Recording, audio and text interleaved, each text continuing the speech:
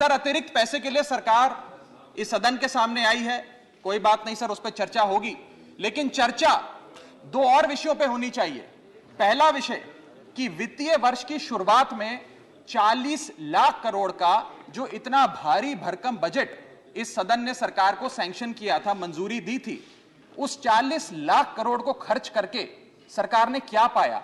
क्योंकि भारत देश के आर्थिक इंडिकेटर्स संकट का अलार्म बजा रहे हैं।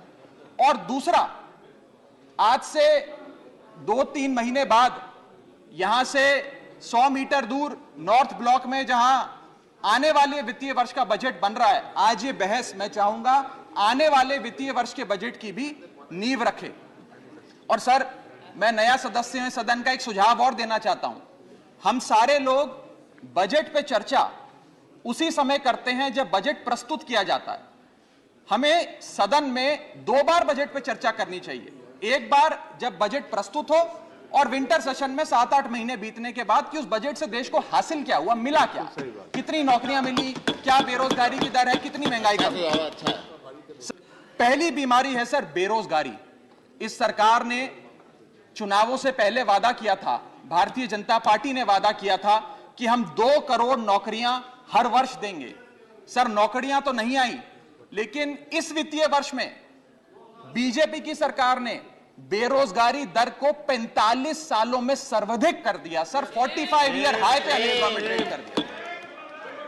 सर 2014 में जब बीजेपी की सरकार बनी थी, 2014 में जब इनकी सरकार बनी थी, तब देश का बेरोजगारी दर 4.9% था। जब इनकी सरकार बनी थी तो बेरोजगारी दर 4.9% था। आज 8 साल बाद 2022 में यह बेरोजगारी दर 4.9% से बढ़कर 8% पे आ गया। 8%। और ये तो ऑर्गेनाइज सेक्टर की बेरोजगारी है।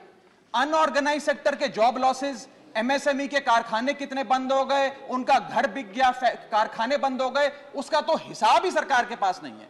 अभी कुछ ही समय पहले लोकसभा में जवाब देते हुए वित्त मंत्री जी ने देश को बताया कि कुल 22 करोड़ आवेदन पत्र भारत सरकार के पास नौकरी मांगने के लिए आए। उन 22 करोड़ आवेदन पत्रों में से आपको जान के चंबा होगा, सरकार ने मात्र 7 लाख लोगों को नौकरी दी। सर 22 करोड़ आवेदन पत्र के मुकाबले 7 लाख लोगों को नौकरी। सर हम लोग छाती चौड़ी कर कर कहते हैं कि हम युवा देश हैं, हम युवाओं का देश है, हमें अपने डेमोग्राफिक डिविडेंड पे गर्व है, फक्र है। सर भारत का डेमोग्राफिक डिविडेंड बेरोजगारी के तले दबता जा रहा है, सड़कों पे लाठियां खा रहा है, और भारत सरकार डेमोग्राफिक डिविडेंड को डेमोग्राफिक डिजास्टर में तब्दील करती जा रही है। सर ये सच्चाई है आज। सर मैं आपको बताना चाहूंगा कि यह सरकार जिसने देश को, युवाओं को घर पे बिठाने का काम किया, इसका नारा बदल के हो गया है हर घर बेरोजगार। यही है आज की भाजपा सरकार। सर मैं दूसरी बड़ी बीमारी जो इस भारत की अर्थव्यवस्था को लगी है उसकी तरफ आपका ध्यान आकर्षित करना चाहूंगा। दूसरी बड़ी बीमारी है सर इन्फ्लेशन, यानी कि महंगाई। इन्फ्लेशन को कहा जाता है sir, inflation is taxation without legislation. वो महंगाई जो सरकार कानून लाए बिना जनता पे थोप देती है। सर आज भारत की महंगाई इस वित्तीय वर्ष में 30 सालों में सर्वाधिक थी। सर 30 ईयर हाई पे, जहां भारत की थोक महंगाई 12 से 15% के आसपास घूम रही है और खुदरा महंगाई 6 से 8% के आसपास घूम रही है। वादा किया था सर आय बढ़ाने का, आय तो बढ़ी नहीं, महंगाई बढ़ गई। और सर बढ़ती महंगाई और घटती कमाई के चलते आज देश को आधार कार्ड की नहीं, उधार कार्ड की जरूरत पड़ रही है। देश के आम आदमी को उधार कार्ड की जरूरत है। और सर आज इस बहस को सुन रहे भारत देश के करोड़ों लोगों को मैं कहना चाहूंगा कि यह सरकार आप सबको गरीब कर रही है। गरीब सिर्फ वो नहीं सर जो सड़क पे कटोरा लेकर भीख मांग रहा है, हम सब गरीब हो रहे हैं। गरीब इसलिए हो रहे हैं कि हमारी आमदनी नहीं बढ़ रही, लेकिन महंगाई बढ़ती जा रही है। सर मैं उदाहरण देता हूं, एक शख्स जो 20,000 रुपए महीने के कमाता था और 18,000 रुपए खर्च करता था, वो महीने का 2,000 रुपए बचाता था। आज उसकी आमदनी 20 की 20 है, 20,000 है, लेकिन खर्चा 18,000 से बढ़कर 25,000 करोड़ हो गया। यानी कि 20,000 की आमदनी 25,000 का खर्च, 5,000 रुपए की नुकसान का खामियाजा का कर्जा देश का एक एक आदमी भुगत रहा है। सर मैं बताना चाहूंगा, सुनिए मेरी बात ध्यान से। जब 2014 में महंगाई का आलम देखिए सर, 2014 में जब यह सरकार बनी थी तो पेट्रोल 55 रुपए प्रति लीटर पे बिकता था। आज पेट्रोल 100 रुपए प्रति लीटर पे बिकता है। डीजल 45 लीटर पे बिकता था, 45 रुपए प्रति लीटर। वो डीजल आज 90 रुपए प्रति लीटर पे बिक रहा है सर। एक गैस का सिलेंडर 400 रुपए का मिलता था बाजार में 2014 में जब इनकी सरकार आई थी। आज वो गैस का सिलेंडर 1100 रुपए का हो गया सर, 1100 रुपए का। दूध 1 लीटर 36 रुपए का मिलता था, दूध आज 60 रुपए प्रति लीटर हो गया है।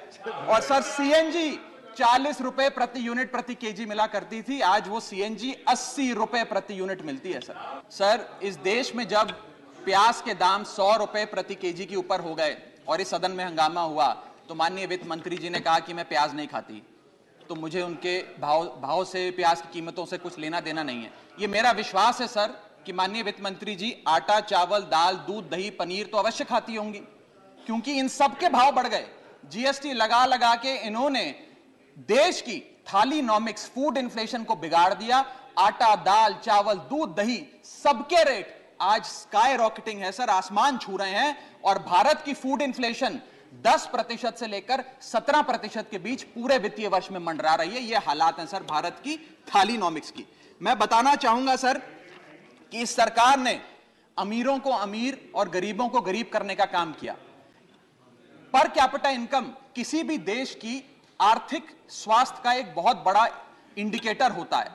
भारत की पर कैपिटा इनकम वित्तीय वर्ष 2021 में सर 9,160 रुपए से गिर गई, यानी कि हर व्यक्ति की औसतन कमाई 9,160 रुपए गिराने का काम किया। यानी कि आमदनी 98, खर्चा रुपया, यह सरकार ने करके हम सबको दिया है सर। तीसरी बड़ी बीमारी जो भारत की अर्थव्यवस्था को लगी हुई है वो है आर्थिक सुधार का झांसा, the hoax of economic recovery. इस वित्तीय वर्ष के पहले क्वार्टर में भारत की आर्थिक विकास दर 13.5% थी।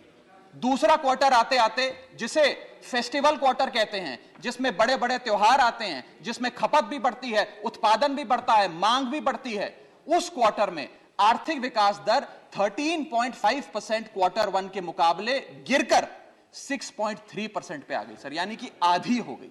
और अगर आप पिछले साल के क्वार्टर सेकंड से दूसरी तिमाही से कंपेयर करें तो क्वार्टर ऑन क्वार्टर 2021 में 8.4% दूसरी तिमाही की ग्रोथ थी, और इस बार इस क्वार्टर में जो अभी समाप्त हुआ 6.3% है। यानी कि भारत की आर्थिक विकास दर घटती जा रही है। और मुझे बड़े दुख से कहना पड़ रहा है कि जब वित्त मंत्री जी फरवरी में वित्तीय वर्ष 23-24 का बजट प्रेजेंट करेंगी तब भारत की चौथी तिमाही की आर्थिक विकास दर 5% से भी नीचे होगी, which is unprecedented in recent time sir.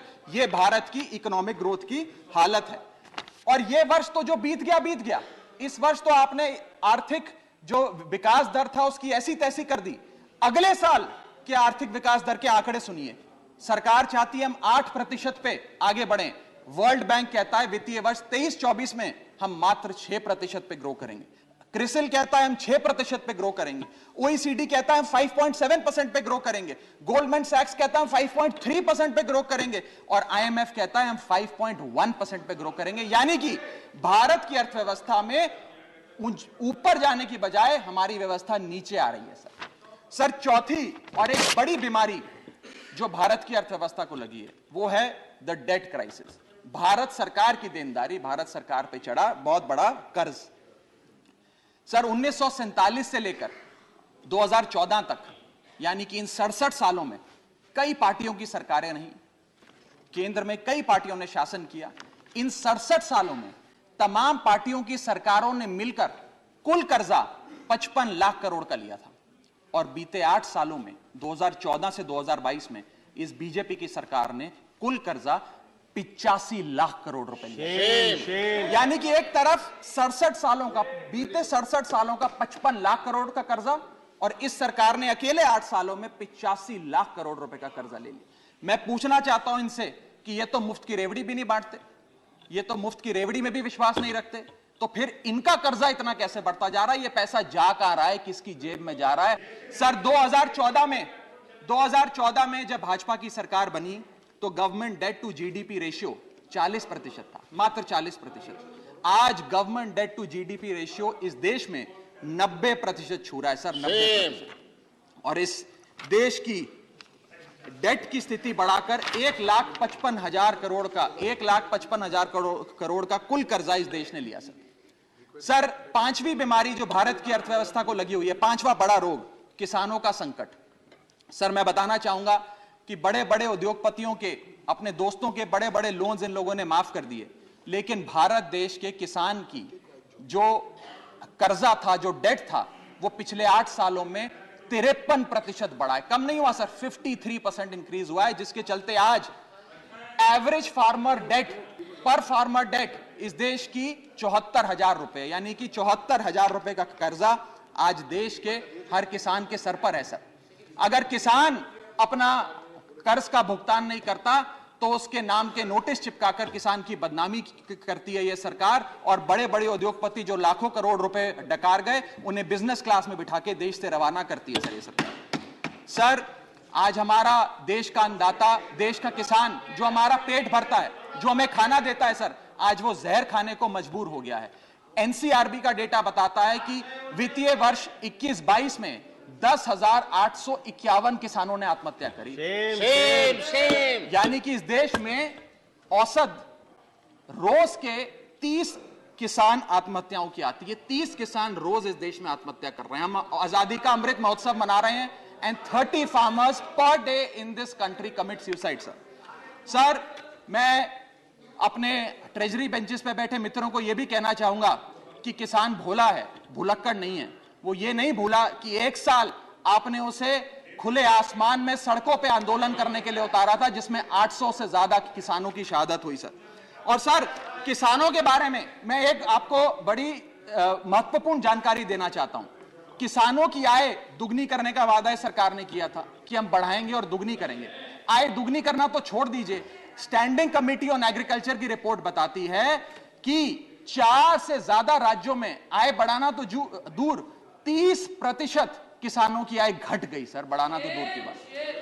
आय किसान की घटाने का काम इन लोगों ने किया, और एक ऐसे दौर में जब भारत की रूरल इन्फ्लेशन भारत की अर्बन इन्फ्लेशन से ज्यादा है, यानी कि गांव में रहना महंगा है शहरों के मुकाबले।